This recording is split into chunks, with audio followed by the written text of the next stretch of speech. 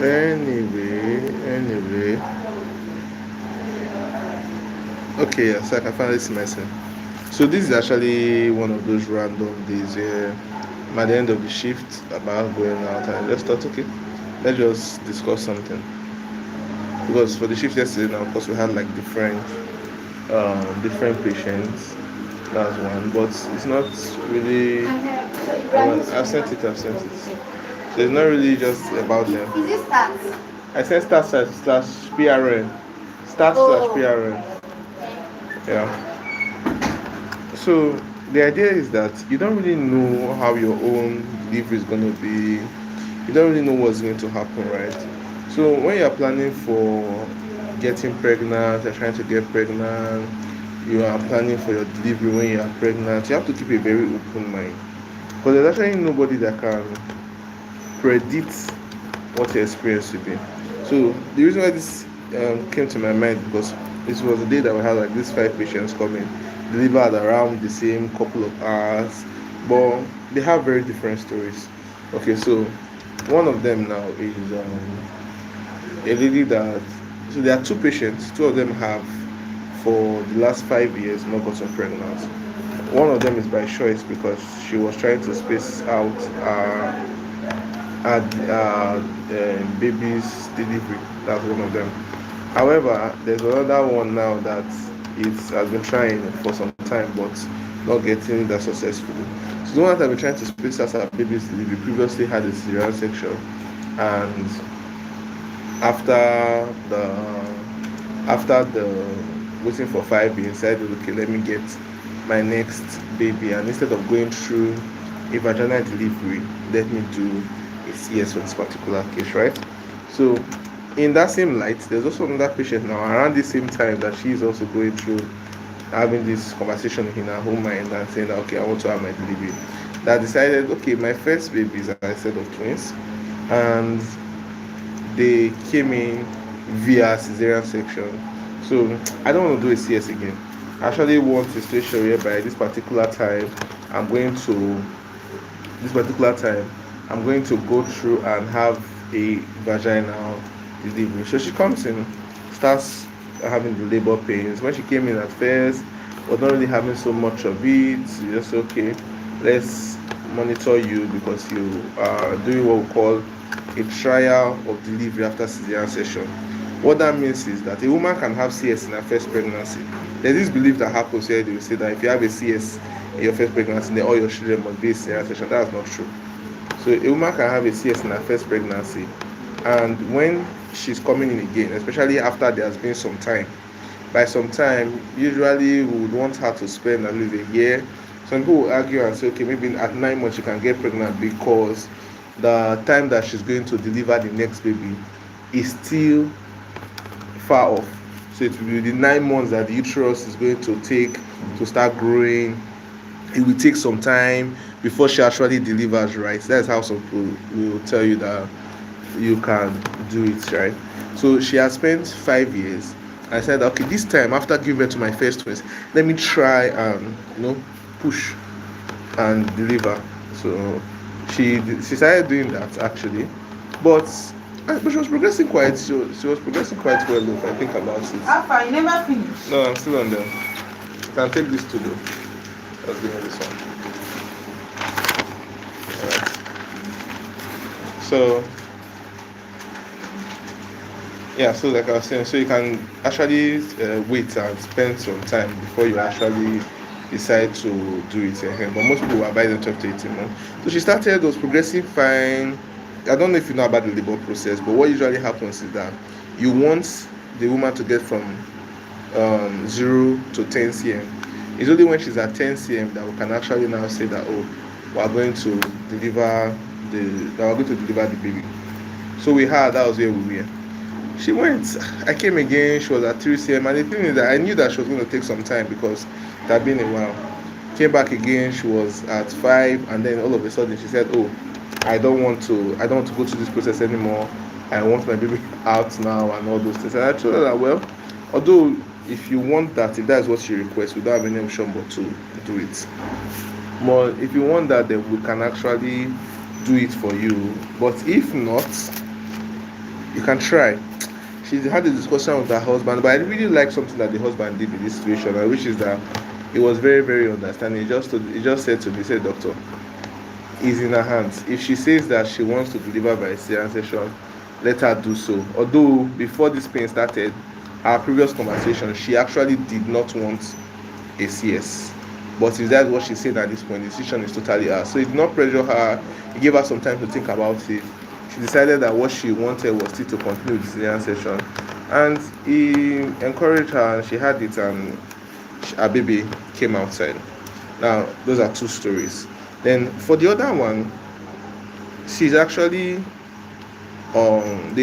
she came in, was having some delay in her own labor. What happened was, starting with the ones that are cesarean section, then we'll go to the vaginal deliveries, then we'll go to the one that was having difficulty getting pregnant. So for the other one now, what happened is she came in, she was already having some contractions. It was not going the way we wanted, so the way it should go actually. So I said, okay, let's add some, let's support her, let's augment, so to say. But usually we check every 4 hours once the labor is a safe labor. We came in, checked again, and she was still going very slowly. She was not really progressing so much. We checked again, still the same 3 cm, still the same 3 cm, the same 3 cm after about 4 checks. We were trying to give her some time after placing her the oxytocin, and eventually we just counseled and said, okay, you are not progressing so well, you can go in for a CS, and that was how that one delivered. And for the vaginal ones, dramatic thing came in, of course, at the middle of the night. I've not finished something, but Kakari. This one is flagyl, central. Everything is the same thing now. Yeah? Normal stuff now. Flagyl, central, diplo, pens. No wahala. How's your lady? Has this guy come? Okay, no wahala. At the end of my shift, my time is up, but I'm doing my posts. This is the funny thing. Sometimes you are done, but you still have like some documentations to do. So I'm doing my post documentations. So they had like regular delivery process, monitored the first one, came in 0 after some time, contractions were coming in, became 2, came again, became 5, like that. For one of them actually, the baby was quite big. Not so big, but the baby was about last scan about 3.8 kg. And although ultrasound scans are not exact, which means that even though a scan will give you an estimated weight, that does not mean that very definitely once you get there, you can beat your chest and say that that's what this patient is going to have, because it's an estimation, it can be larger. And once babies are tilting towards 3.8, 4, 4.5, usually gives an indication that this one may be a little bit difficult. So we went through, and with the way the labor was going and how tight everything was, I actually thought that maybe we may have to do what we call an episiotomy if you've given birth before or not. There are times whereby a woman has and opening for delivery is too tight, so we can now open it a bit further by giving a cut. I think that opens it further, allows the baby's head to come through. So I was actually expecting that this patient was going to be one of those that will actually require an episiotomy. Interestingly, she did it. She pushed out the baby very well, went out very fine, everything just smooth. That was that one. The other one was also expected a bit of difficulty with that particular one, but not because of the size of the baby. Sometimes for first time mothers, that first delivery, and a number of you that I think a number of people that tend to like be around the videos I mean because of trying to get pregnant can sometimes fit into this category where you may be unaware of the kind of pain that labor can be.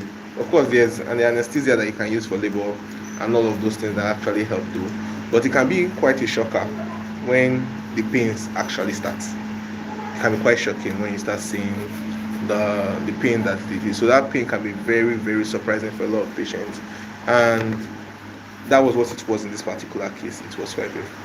But interestingly for this patient, I don't know why. By the time she was getting close to being full, remember we talked about it going from 0 to 10, right? 0 to 10 cm to deliver. By the time this patient was getting full, she started saying she wanted to sleep. That she was tired of the whole process. No, I find it funny because it's not every time you get somebody that says that they want to sleep, because the pain is quite intense, right? So you don't actually expect somebody to say they want to sleep. But that's what she was like saying, no, that she wanted to sleep and everything. And I had to encourage her and say, oh, just try, you're almost there, just like that, like that, like that, until she eventually gave it to our baby. Right, for the last one, remember we started from the cesarean sections, went down to vaginal deliveries, and the last one is um, for this particular patient, although is one of those that has not gotten to delivery, did not get to delivery because she had been having recurrent pregnancy loss. So when you have recurrent pregnancy loss, the first time we observe and see, but we try to find out what is causing this pregnancy loss actually. What is making this person to experience this loss like this? And you can see for her in that own patient's case, what it was that she had a short cervix. How it was. So now it happened in her first pregnancy, in her second pregnancy, we do what we call a cervical circlage. So if you have recurrent pregnancy loss, sometimes you can tie the mouth of the womb if the determination is that it's possibly due to the shortness of the mouth of the womb that the pregnancies are being lost. Then, so that was done for her. Unfortunately for her, I still did not keep the pregnancy in. So those are just 5 random delivery cases that I remembered. I remembered this morning, and I had some time as I'm documenting anyway. I just figured, okay, let's just discuss this. And the point of having this conversation is telling you about how different people can have different experiences, and you have to keep your mind very open. And even in the whole getting pregnant thing, for some persons they do it very fast. I recall the patient that was telling me that in their family everybody gets pregnant the first month within the first month. That was what she said. I remember somebody else that has a history of it's being a bit difficult before they get their own babies. And I also recall somebody else that the first one was quite easy. In fact, before she got pregnant, she was getting pregnant very easily. But after getting pregnant, it became an issue. Have to start doing evaluations and all of that before she could get pregnant. So the point is, just keep your mind open. Know that everybody has a different story. Just like we have different heights, different likes, different dislikes, different sizes.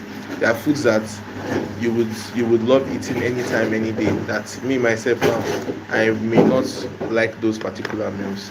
It's not because they are necessarily bad. It's just that I don't gravitate towards them, right? It's the same thing for this thing. Everybody has a different experience. So you want to ensure that you keep your mind very, very open, that you are um, in line with your service provider. Be in line with the person that is providing for you. Do your test. Keep your mind up. Stay positive. Don't give up. This is one thing. Don't give up. Just keep trying. If one thing does not work, go to the next. If one thing does not work, go to the next. And follow your provider's advice. Do your own research as well, because that's something you should. You have a very good idea as to what is going on. And in the end, very likely you get what you want. Get your delivery, get your baby or your babies, depending on which one it may be, and you're home and dry. So I think I need to actually run now. So let me see this. So bye bye.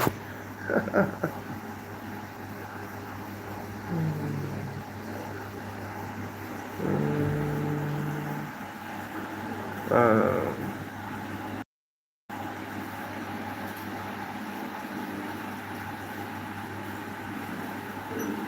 okay, so things